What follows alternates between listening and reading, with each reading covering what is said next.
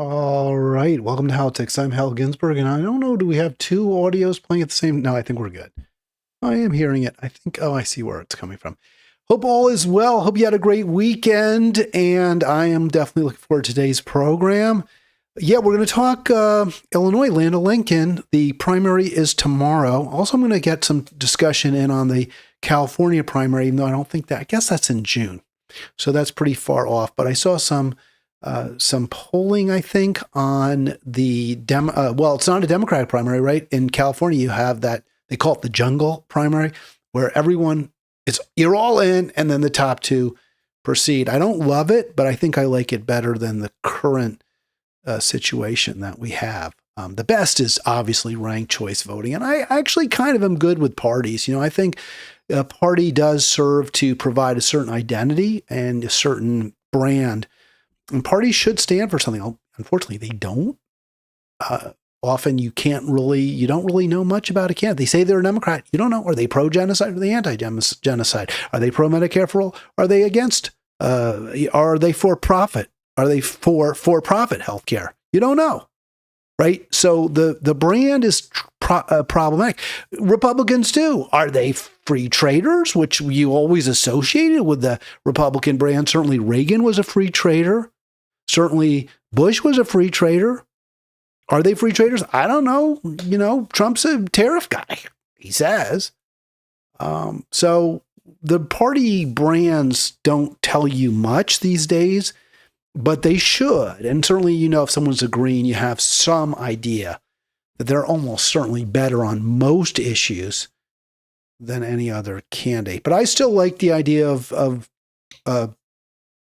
party primaries and then let the voters decide in the general with ranked choice voting.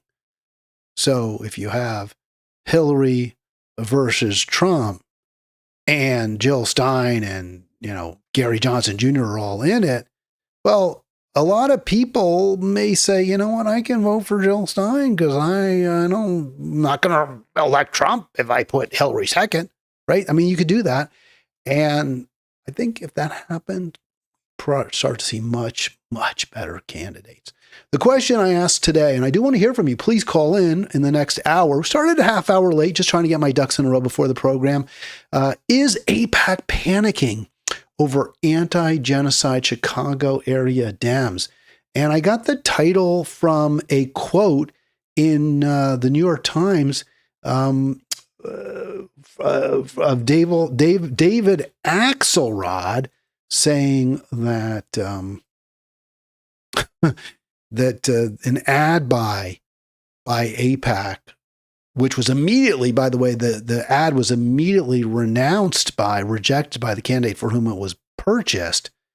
That ad by, according to David Axelrod, you know, he's a Chicago guy, right? He was the first campaign. Was he the campaign manager? I don't know. I always get him and Carville. I guess Carville's a strategist, or I don't know how that works. But Axelrod was Obama's advisor from back in the Chicago days. And Axe, as he's called on CNN or what, I don't know if he's still on CNN, maybe no longer. He said, well, you know, that ad by AIPAC suggests maybe they're panicking. Are they panicking? I want to play this video first before I get into the New York Times article. I do give a huge hat tip to Sam Cedar and the Majority Report. That's where I saw this video first. It's not like I was scouring the webs. And I thought about just playing it directly from Cedar's The Majority Report, but I thought I'd play the whole video. And this is from Annabelle Mendoza, who is running for Congress in Illinois 7. There's like 4 contested Chicago area. Apparently a bunch of Democrats retiring, maybe one Republican. So there's all these open seats and there's a match scramble for them. Let me play the video first.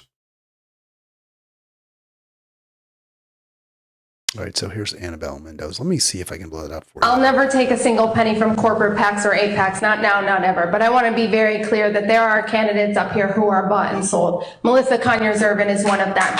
And I'll tell you right now, Melissa, you should resign from your post because you have been a horrible city treasurer. And on top of that, you also take AIPAC money, and you are not here to represent the interests of the people that are right before you. In addition to that, Jason Friedman didn't have the courage to show up. Guess what? He's getting AIPAC aligned money as well. And, you know, Anthony, I really like you, but I also know Michael and Carrie Sachs gave you $7,000, and they are some of AIPAC's biggest donors. So I want to know if you're going to return that money.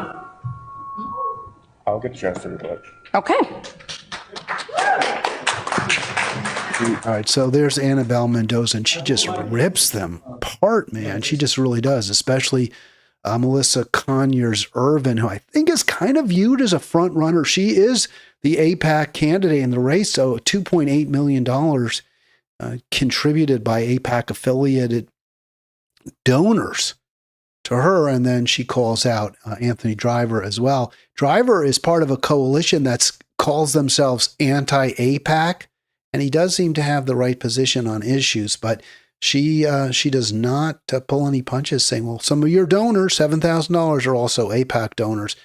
And, you know, it's tough. You're up there and you're called out. I don't know how guilty Drivers, it seems clear Conyers-Ervin is indeed in AIPAC's pocket. It seems clear she's not,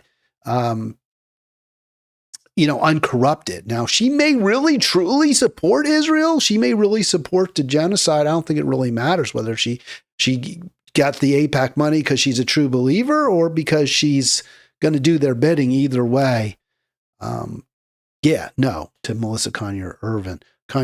But if I'm AIPAC, I don't like that. I don't like videos like that going viral because what it suggests is that AIPAC's unpopular. People don't like AIPAC. If you run against AIPAC, you can win, right? That's what that tells you.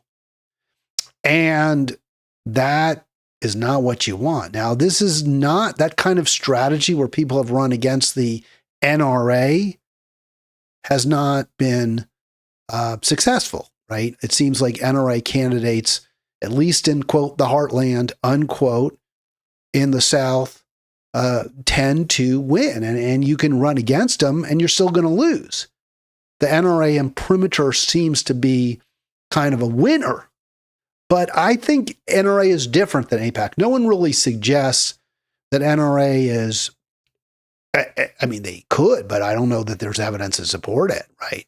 That NRA is really doing the bidding of a foreign government, that NRA's interests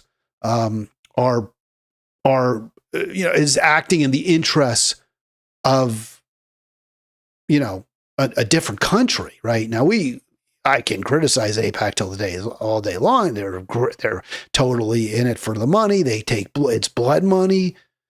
They're spending millions and millions to keep terrible laws that make us less safe. I could argue that, but I can't say, well, they're in the pocket of East, some country, East Timor. Is that a country? I don't know. But we all know that AIPAC is a front for the Israeli right-wing government, right? I mean, it's in their name, American Israel Political Action Committee. So I think what you're seeing now is running against AIPAC could be a winning strategy. I hope it would be a winning strategy. It's tough, and AIPAC knows it, right? They don't put like a AIPAC star in front of their candidates. Maybe they do when they send out mailers, but they so often attack candidates on totally unrelated issues that have nothing to do with Israel. They support candidates on issues that have nothing to do with Israel because they know that Israel isn't popular, that what Israel's doing is not a winner, and that most Americans oppose Israel. So the possibility that they could start losing elections because candidates not only reject their money, but call out, as Annabelle Mendoza did in that video I just played in Illinois 7, Chicago congressional district, call out one of her opponents Melissa Conyers-Irvin and say, well, you're part of AIPAC, you're corrupt, you're pro-genocide, that could actually cost AIPAC the election would be a huge issue for, obviously, AIPAC. And if that's the case, and if that happens, maybe they're feeling it. And Axelrod is 100% right when he says that they're kind of panicking. Would like to talk to you about this. 240-242-5646, 240-242-5646. I think it's very smart, especially for a candidate who isn't that well known, but for every candidate to run against AIPAC. And you can see here in this primary, the candidates are, quickly distancing themselves from AIPAC. And here's what, let's get that quote up from Axelrod, is AIPAC, and I was hoping I could find Axelrod saying this so I wouldn't have to just put the New York Times story up for you. But I don't think he said it. I couldn't find anything on CNN. I don't know if he still contributes to CNN. I couldn't find a video of him. Maybe I missed it. Maybe he was on one of the, CBS, Meet the Press, or that's NBC or whatever it is, Face the Nation. I don't know. Didn't find that. So he says, AIPAC appears to be panicked about the fact that they could have a repeat of what happened in New Jersey, where the candidate Lilia won, said David Axelrod, the Democratic analyst who is chief strategist. That's his title. It's a tortured mess indeed, a Goldberg contraption of a campaign. He said that AIPAC might have underestimated the sophistication of the election. What he's saying is, hey, people are starting to get it. You're promoting some kind of a second tier or third tier candidate, trying to siphon votes off of a candidate who really has a chance. That's voters are getting that. Analysts have suggested, so this is the race with Kat Abu Ghazaleh, not the one with Sanchez, actually, but with Mendoza, not the Annabelle Mendoza one. But that's why they're panicked, because you're seeing this throughout the Chicago area, where candidates are running directly against AIPAC, and with I believe it's 8 with Abu Ghazaleh, Daniel Biss, and others. Analysts have suggested AIPAC, through allied groups, is trying to squeeze Abu Ghazaleh from both directions, targeting her with negative ads and propping up another progressive candidate who might appeal to the same voters. And you can see here's Bushra Amiwala, who is actually getting got an ad bought for her by AIPAC. And just looking at her with the headscarf and her name, she probably wouldn't be the first choice for AIPAC. But what AIPAC's thinking is, hey, we just want to divide the anti-Israel vote. We just want to keep it from coalescing behind Kat Abu Ghazaleh. And Abu Ghazaleh, like Annabelle Mendoza, is actually making AIPAC the center for a campaign. We've talked about this on this program. So Bushra Amiwala said, hey, I don't want their ad. I reject their ad. I have nothing to do with AIPAC. Please don't, don't rely on that ad, which says I'm the real progressive. I'm really on your side. It's true, but I don't want you voting for me because of that ad, because I don't want to siphon votes away from a progressive, a leftist, maybe even, who could win. And the leftist, I think the true leftist in that race right now is considered to be Kat. So, that's who I would vote for if I was in Illinois, in that district, outside Chicago, or part of Chicago, I think it's north of Chicago, includes part of Chicago. I think she would be the best choice. There's Kat Abu Ghazaleh. And by the way, you're old, or at least I know I'm old, when the candidates not only could be my son or my daughter, they could actually be my grandchildren. child. That's how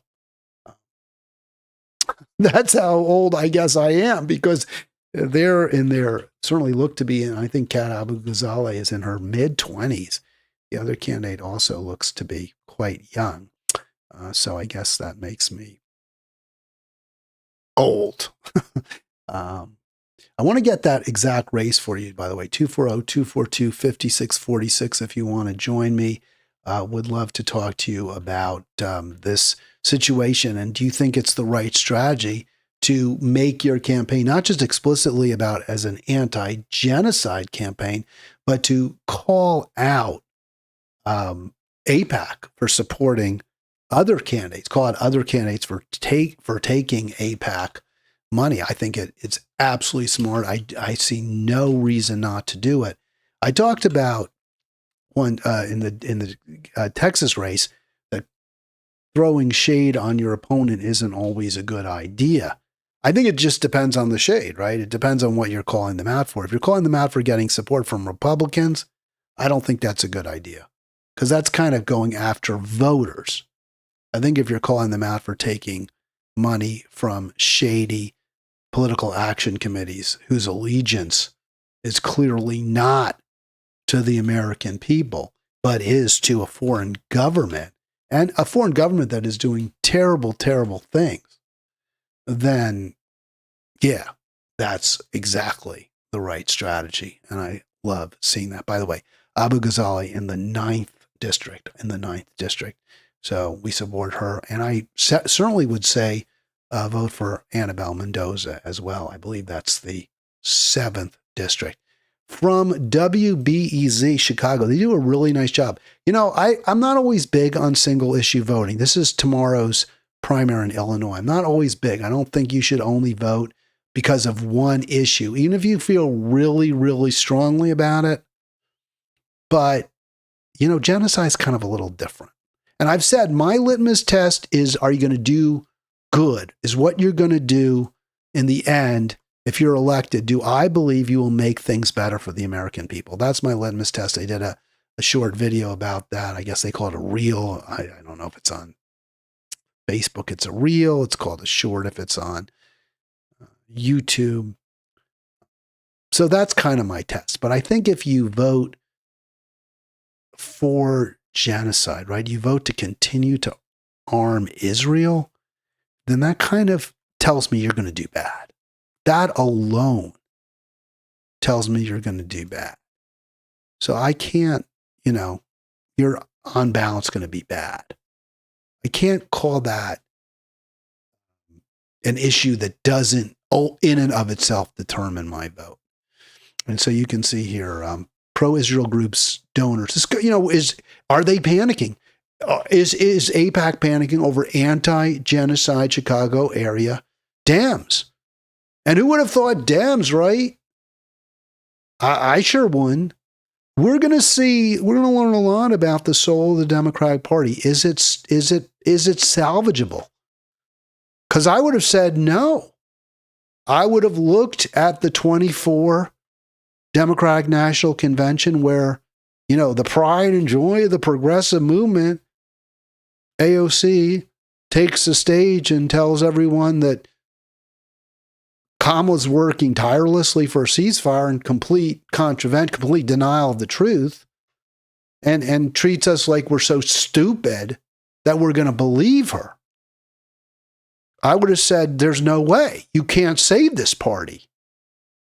If these 4 women or some of them win, and it's really interesting because AIPAC's got these front groups, Chicago Progressive Women and others.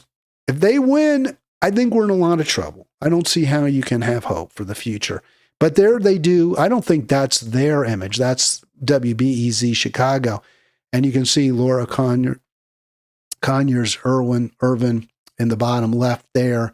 Laura Fine is their darling. She's the top left. She's the one that AIPAC is hoping can defeat Kat Abu Ghazaleh.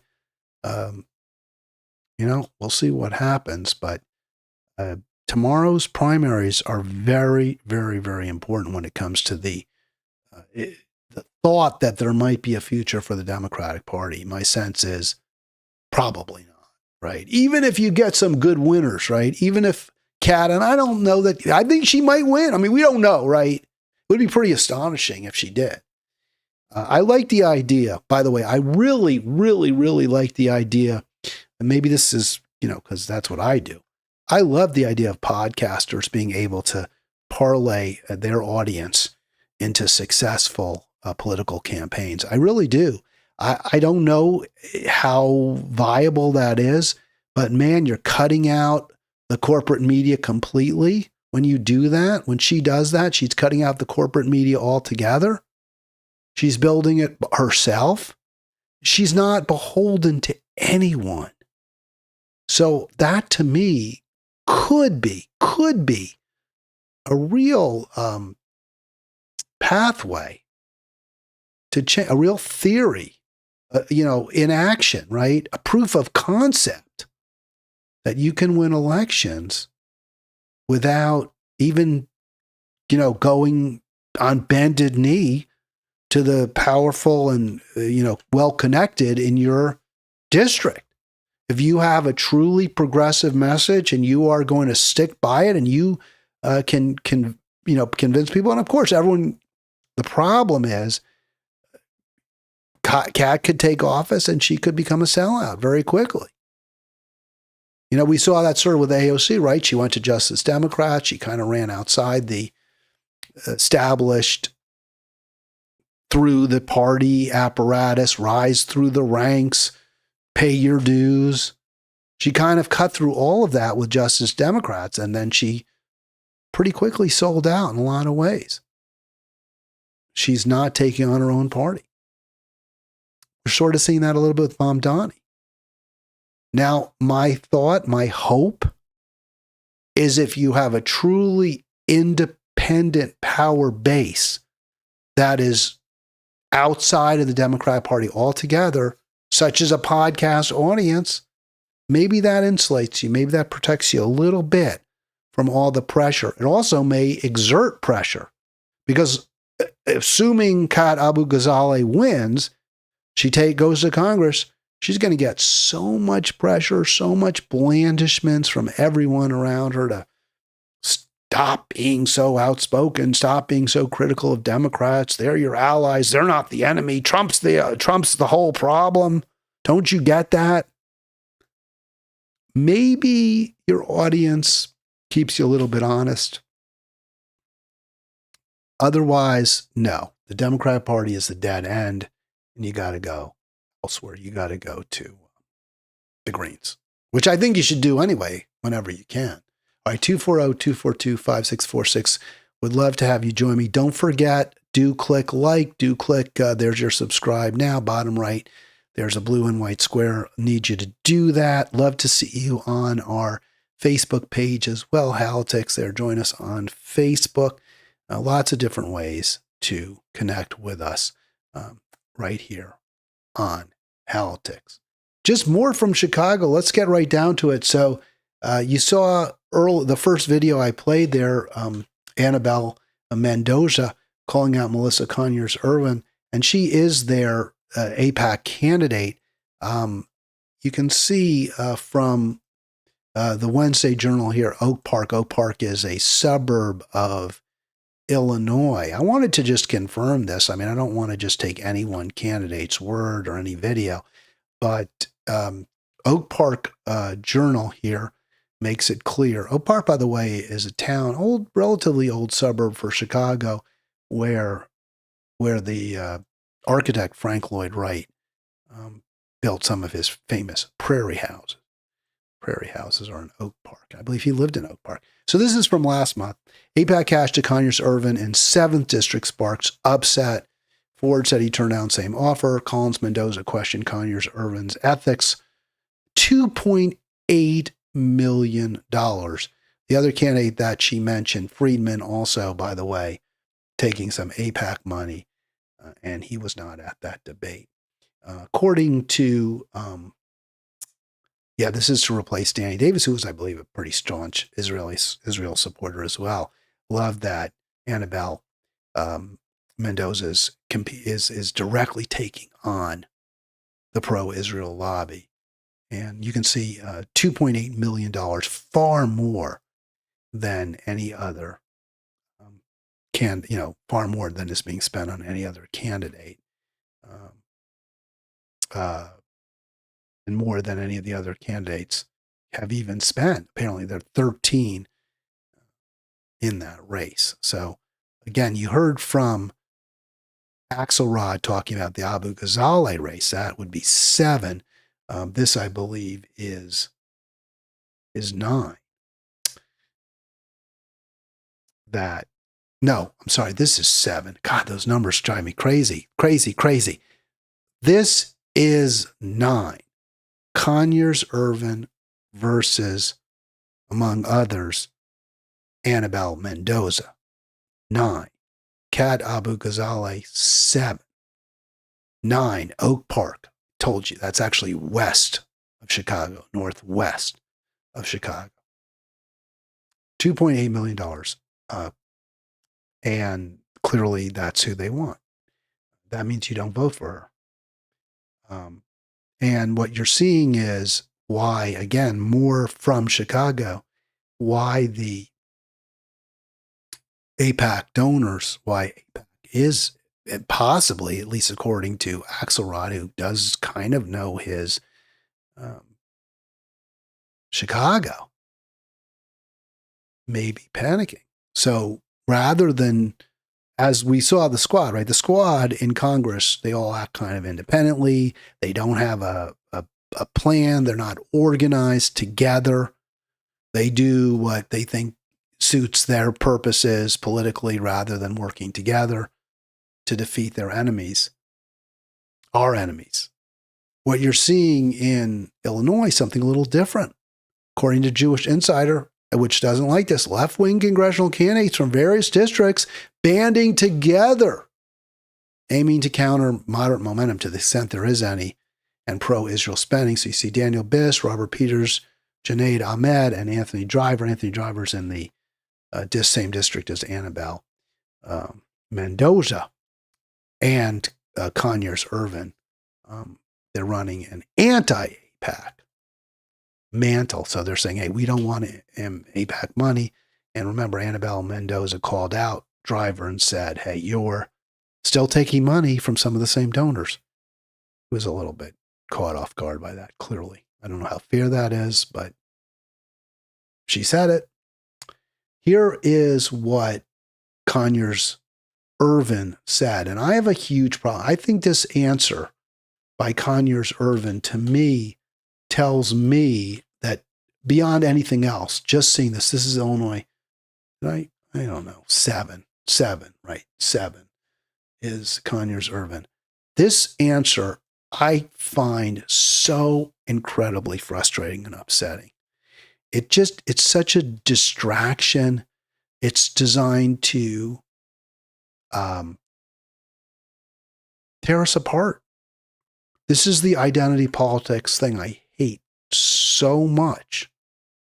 And why I just say we've got to focus solely, really just on policy. Policy and record, right? Your record. Does your record reflect progressive priorities?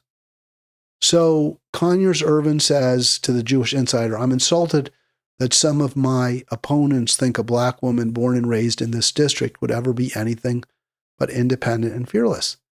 And I'm like, what? How is that in any way relevant? You took $2.8 million from AIPAC. Maybe you really believe in the Israeli genocide. Maybe you really think Americans should spend billions and billions of dollars to wipe the Palestinian people off the face of the map. And you are, in fact, independent and fearless. Maybe that's true. So what? Talk about that money that you got from AIPAC. Why'd you get it? Why do they support you? How is that impact on your position? If it doesn't impact on it all, tell us what they are. See, this kind of stuff just drives me friggin' bats. It keeps us from being able, I think, sadly, from uniting together to elect truly pro-worker, pro-peace, pro-environment candidates. These identity politics tropes are horrific. I give I think it's WBEZ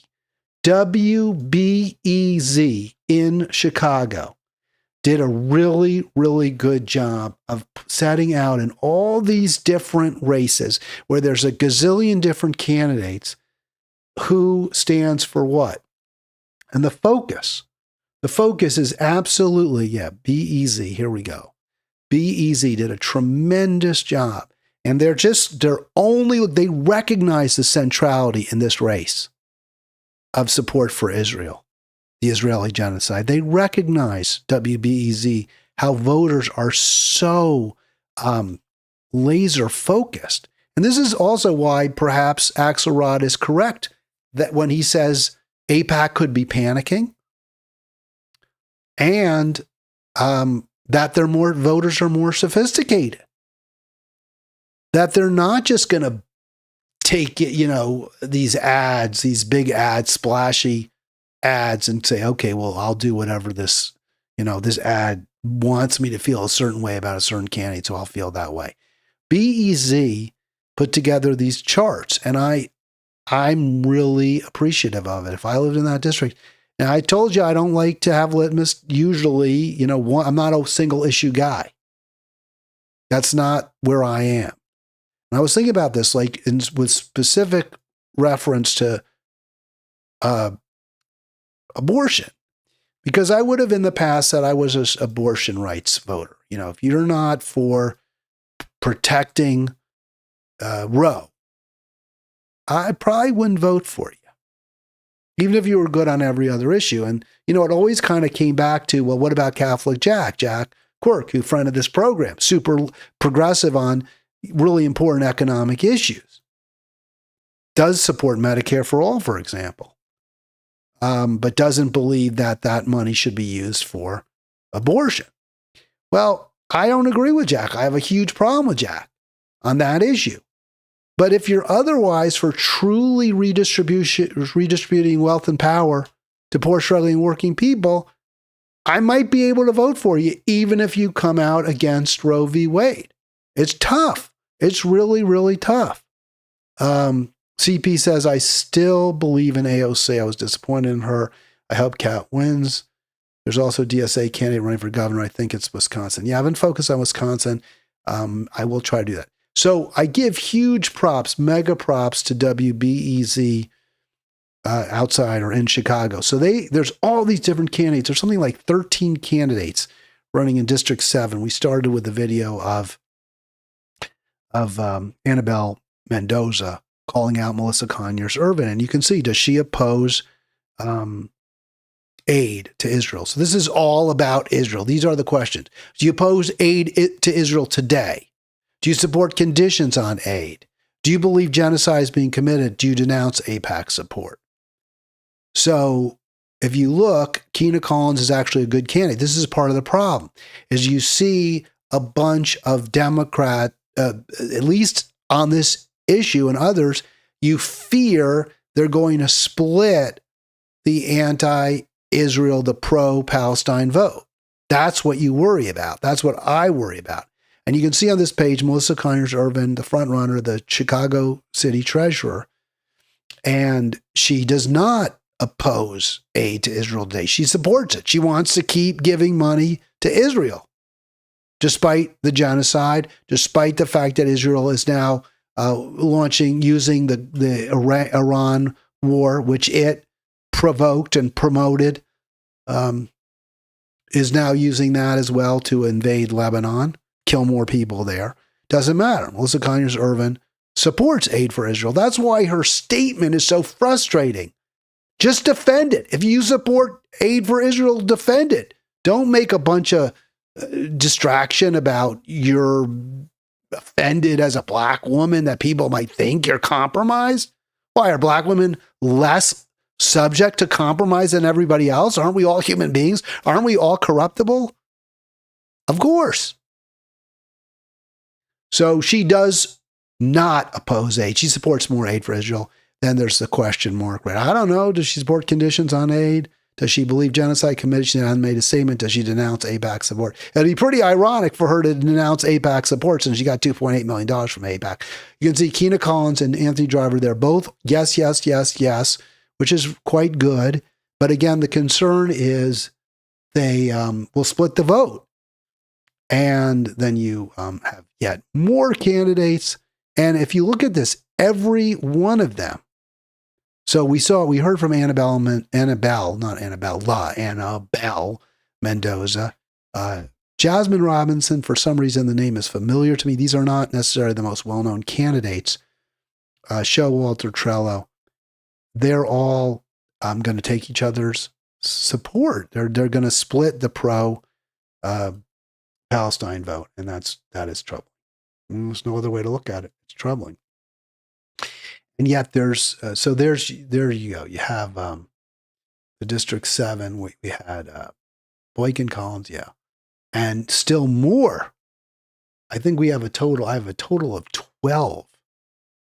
And one more strong candidate, Thomas Fisher, there. It would be nice to see the anti-Israel vote coalesce. It's going to be very, very difficult. Obviously, the ones who we don't know where they stand, where their nose, like Conyers Irvin, you just can't vote for them. That does need to be a litmus test. And that's District 7. So again, I give a lot of credit. BZ making it so easy for Chicago area voters. And here's District 8. This is the one with Junaid Ahmed. I think he's kind of the obvious choice if you're a progressive in that district. I don't think there's a lot of infighting on the left in this race. But there is apparently at least one other candidate. I don't know if you can read this, but at the bottom, Ryan Vedekad. This is Illinois 8. Let me see if I can blow that up for you a little bit. Ryan Vedekad apparently also takes the correct position on these issues. But Ahmed is the one that I would vote for in that primary. And, you always have to be very, very skeptical, cynical about Democrats because we've seen them over and over betray us. I appreciate that CP does have trust in AOC. And I'll say this. If she were president, she might do the right thing. She may well be playing the long game. She may well be saying, I've got to get along with these people. I've got to have their support. I've got to be willing to, play ball with them. I don't think that's the way that doesn't work in terms of my theory of change. My theory of change is you defeat them. My theory of change is you take over from them. You challenge them at every opportunity. And she hasn't done that. And it's been incredibly disappointing. I don't know whether Jesse Jackson Jr. is likely to prevail, and this is District 2. So yet another Illinois race, obviously in and around the Chicago area. I don't know if he's likely to prevail. Robert Peters is part of that coalition against AIPAC, so I circled him. Probably would support him in that race in House District 2 there in Illinois. But there clearly are. See, I think what you're seeing is, again, you're seeing some pretty decent, at least in terms of their stances, in terms of their position, have been pretty decent candidates in Illinois. But will any of them win? And if they do win, are they trustworthy, or will they ultimately bend the knee to the big moneyed interests?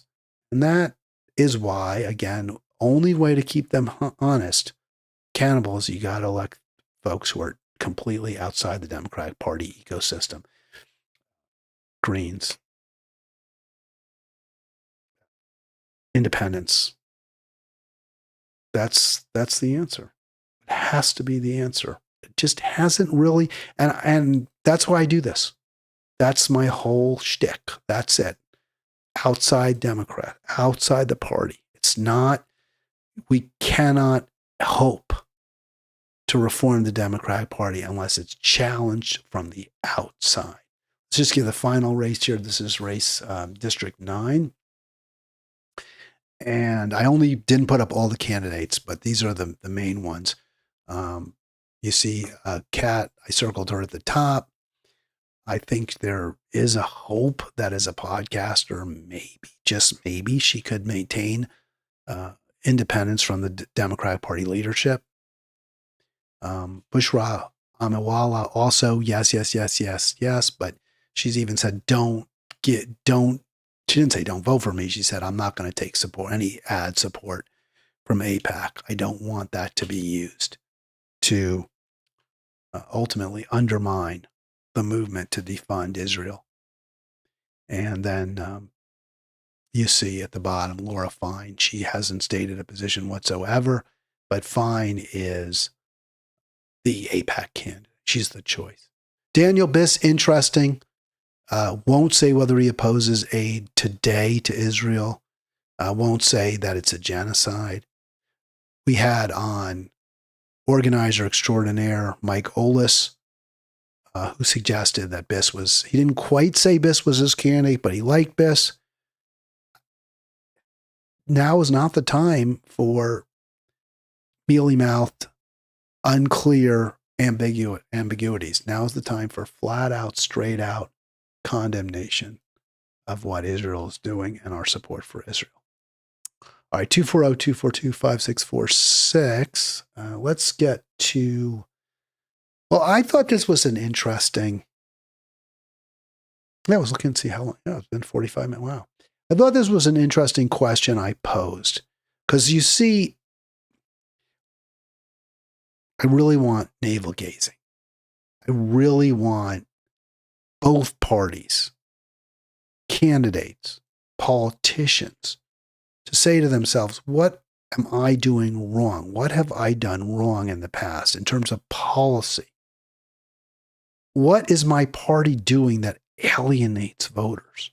What can it do to get people who maybe vote on the other side of the aisle by appealing to their better instincts, not their worst, not bigotry, not xenophobia, not transphobia, not racism, but how can I appeal to them by their love of their family, their love of the outdoors, their love of humanity? How can I reach people?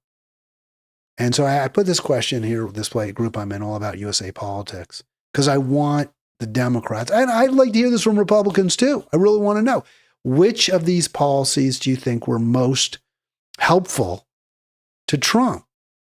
Which made the biggest difference when it came to Trump's elections in 2016? Hillary's support for the war on the people of Iraq, which was incredibly unpopular, was a huge problem for her. If you look at the votes, she lost the counties that had the highest incidence of casualties, the highest percentage of casualties, of families that suffered casualties in the Iraq War and in the Middle East wars. Those counties overwhelmingly voted against Clinton. And in numbers, by the way, it wasn't just like, well, those are super blue, dark red, true blue, patriotic parts of this country. These were counties that may have supported Obama or that Obama lost, but closely. But they went dead red in 2016. Was that the biggest reason? What about Obama's decision to continue to provide billions to the big banks, right? The big bank bailout, but not to underwater homeowners who were victims of the fraudulent banksters. According to Graham Plattner, that was the biggest mistake of the Democratic Party in the past 25 years. 20 years. I guess 25 years, yeah. If you go back, 25 years would include the war on Iraq. The vote to authorize the use of force was in 2002, I believe. So still within 25 years. That was a terrible mistake. Also, obviously, these aren't, by the way, unforced errors. These are errors that are deliberate. They are made because the party itself is and was corrupt. So was it his decision to provide the big bank, to continue the big Bush's big bank bailout? Was that it?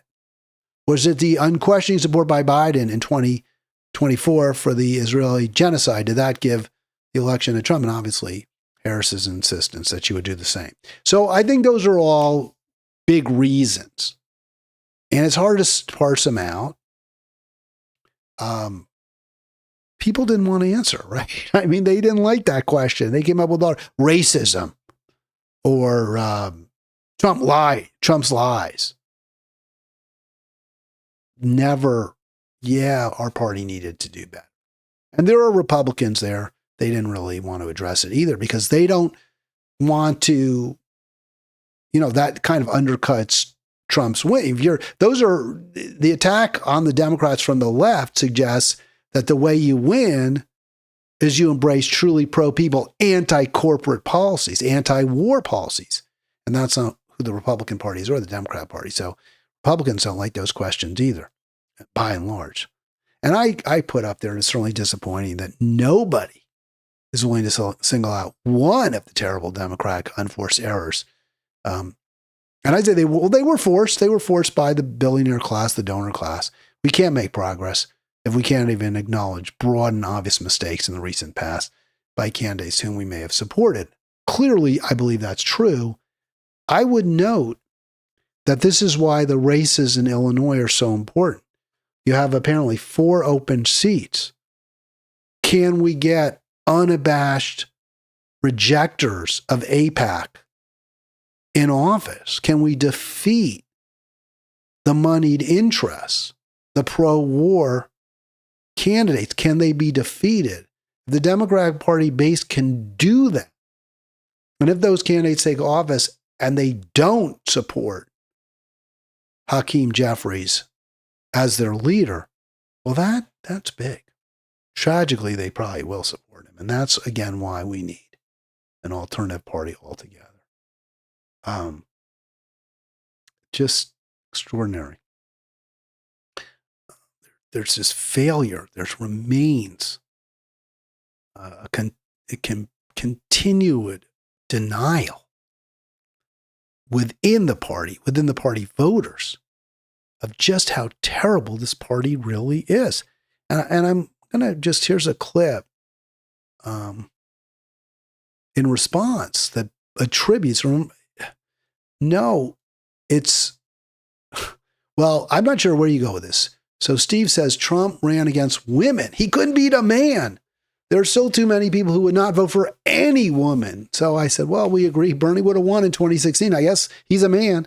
Democratic presidential primary voters that year are probably more responsible for our current predicament than any other voting bloc. True, if they had voted for Bernie, then he would have won the primary. He would have become president.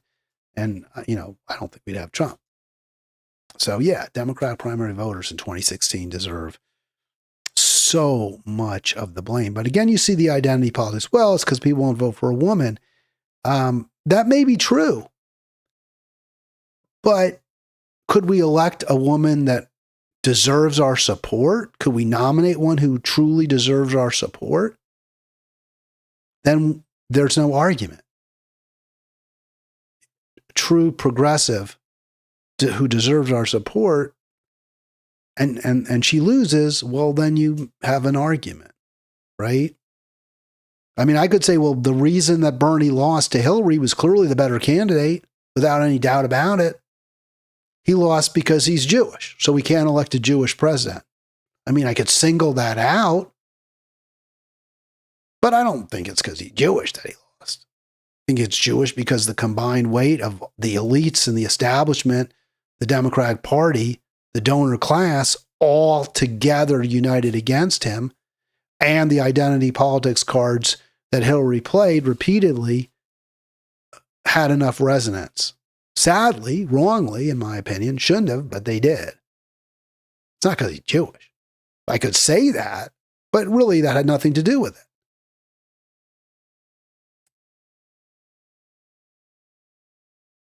We should vote for the best candidate who is good on the issues, period, end of story.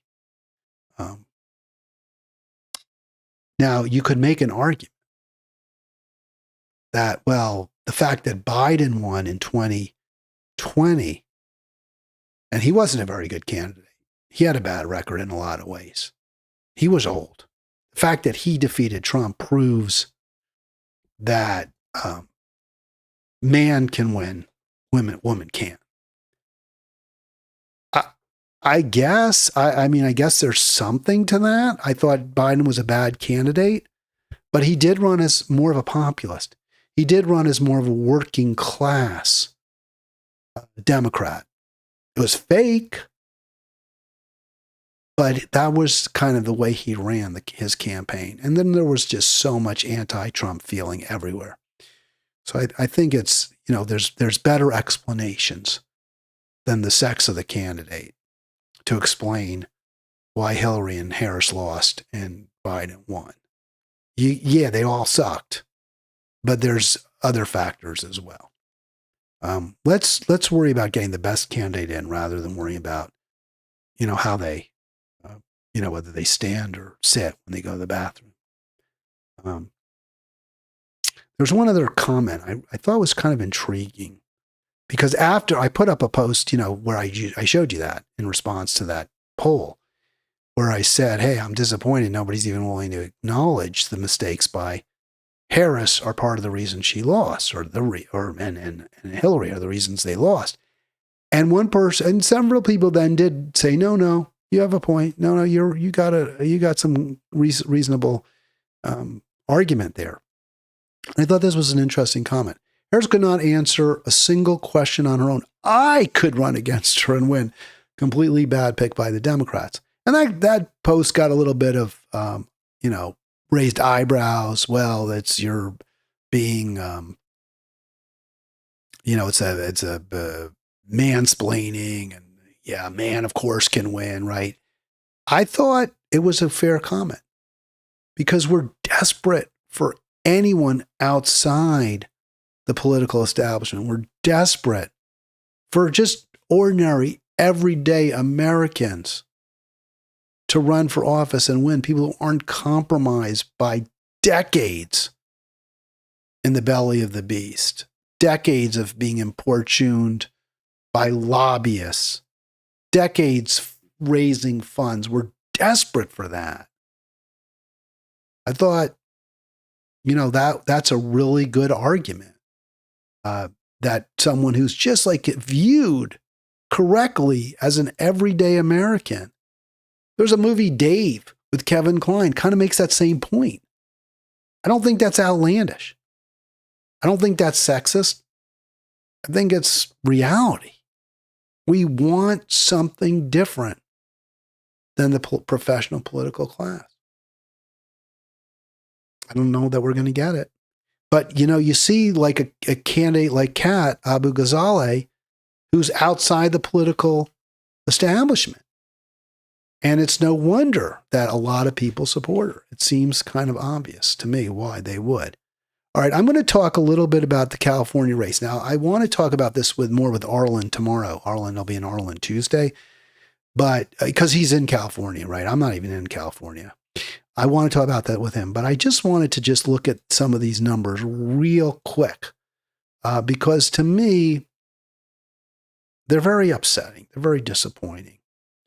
And I'm just going to tell you, I think these are bad candidates, and it's what we saw with Hillary. And one of the Democrats will almost certainly win. But come on, March 11, 2008, that's both polls. These two polls, Emerson, Berkeley, Politico. I'm going to assume, I think Emerson's pretty highly regarded. I'm going to assume that so is Berkeley, Politico. Berkeley. I don't think it's Berkeley. I think it's just Berkeley, but okay, they have put in an extra L in there. Primary June 2nd.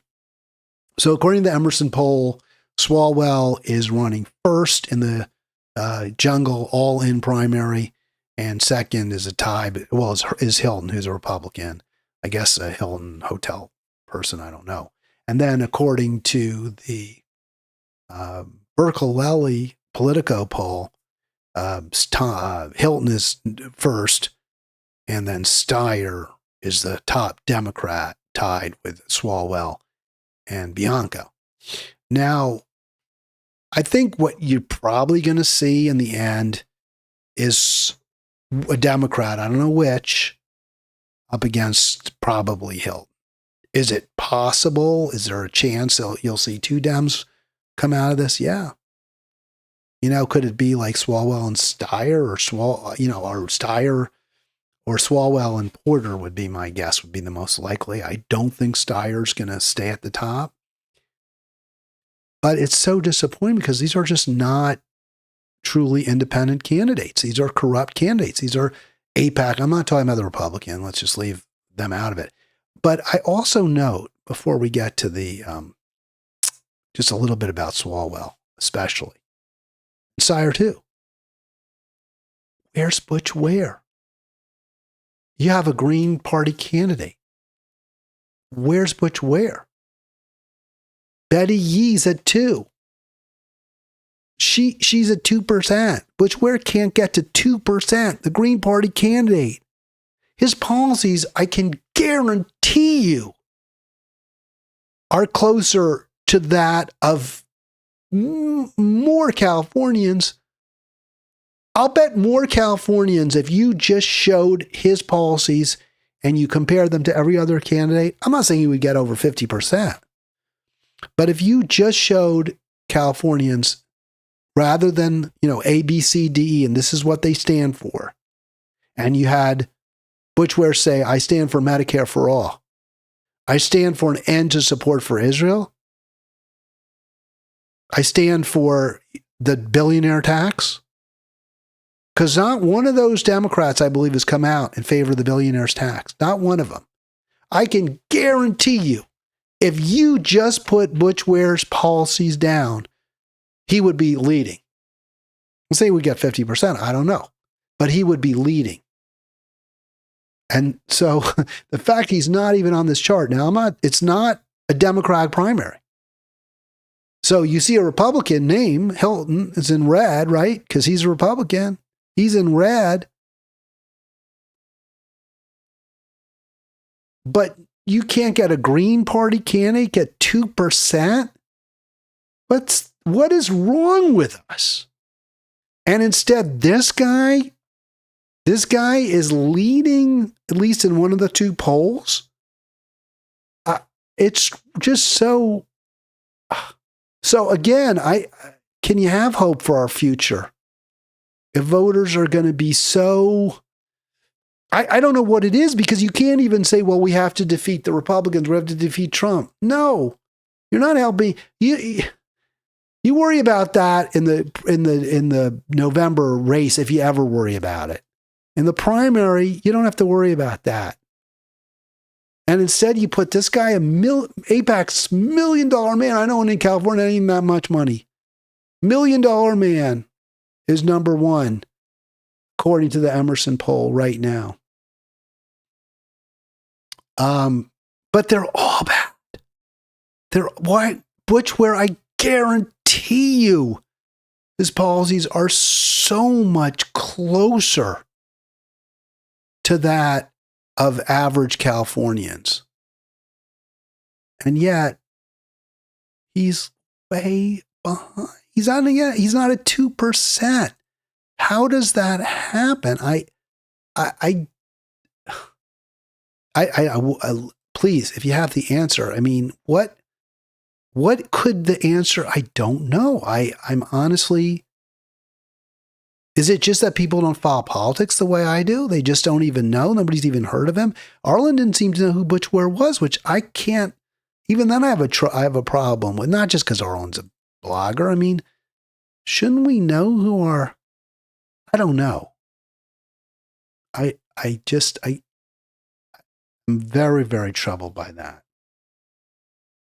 California gubernatorial candidates pledge to deepen ties with Israel, fight BDS. So they're not even for free speech.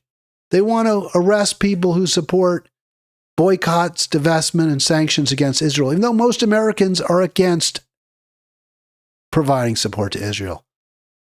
Jewish California, they all attend except for Xavier Becerra and Katie Porter.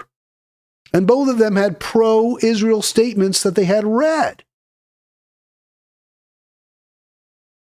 Here's what Tom Steyer said at that conference. So Steyer, like, I'd be like inclined to think, well, maybe Steyer's sort of at least kind of outspoken against the climate catastrophe. So maybe there's something good there. And I guess, is this the best we can hope for from Democratic candidates? Is they're going to say, well, I don't like Netanyahu, but I'm for the people, the scrappy Israelis, a scrappy group of people trying to build a country. They built their country on the bones of their building on the bones of the Palestinian people that they're wiping off the face of the earth.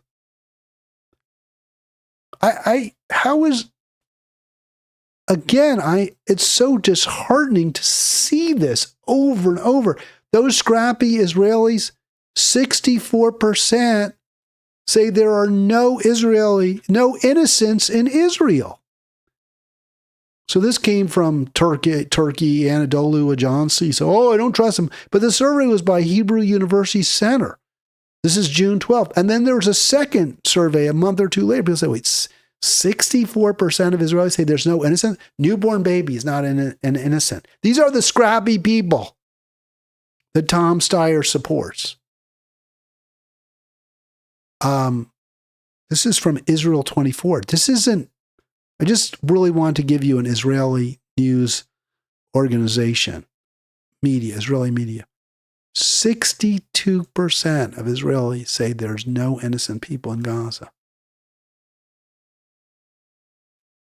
How do we use, Tom Steyer, these are the scrappy people who are just trying to build a country.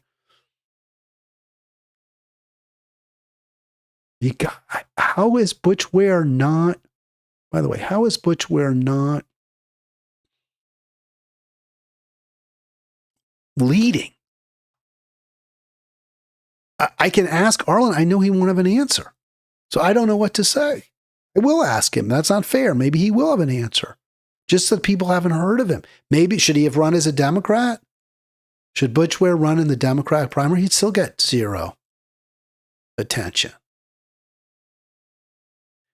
Antonio Villaraigosa complaining about the pro-Palestine protests at UCLA.